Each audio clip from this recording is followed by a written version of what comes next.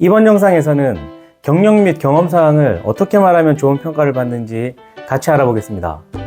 분명히 관련 경험이나 경력이 있음에도 불구하고 또는 같은 경력이라도 대답이 천지 차이로 달라져서 누구는 좋은 평가를 받고 누구는 변변치 않은 평가를 받는 경우를 자주 보거든요.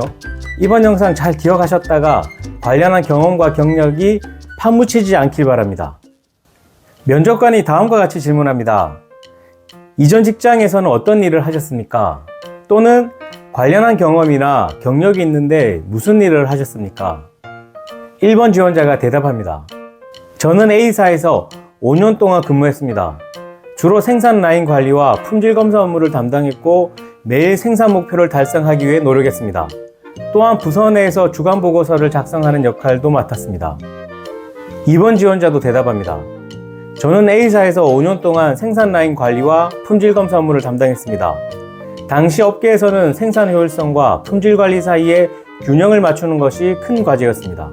이를 해결하기 위해 저는 생산 공정을 분석하고 품질 저하를 유발하는 주요 원인을 찾아내는 프로젝트를 주도했습니다.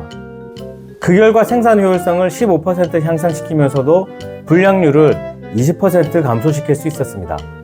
또한 이를 통해 회사가 연간 약 5억 원의 비용 절감을 할 수 있도록 기여하였습니다. 자, 어떻습니까?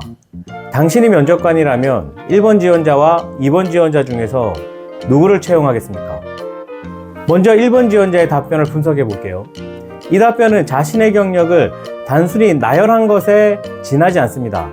면접관은 1번 지원자가 어떤 문제를 해결했는지 그리고 어떤 성과를 냈는지 업계에 대한 깊이 있는 이해가 있는지 없는지 알 수가 없습니다.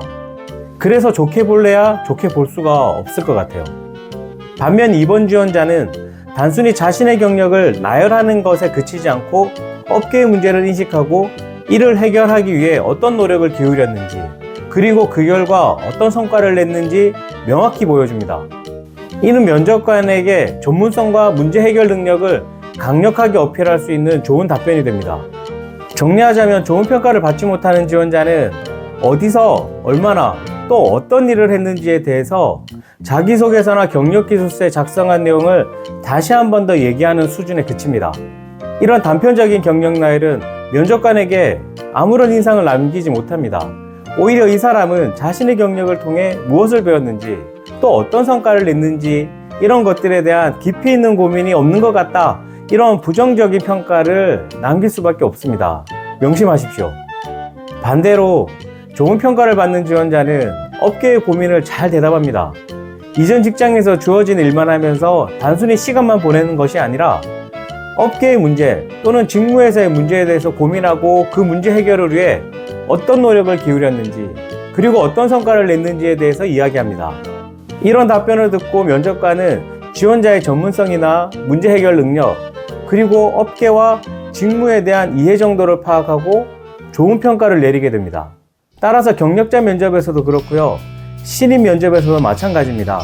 경력이나 경험에 대한 질문을 받으면 단순히 경험을 나열하는 것을 넘어서 업계나 직무의 문제를 인식하고 이를 해결하기 위해 어떤 노력을 했는지 그리고 그 결과 어떤 성과를 냈는지 구체적으로 설명하십시오.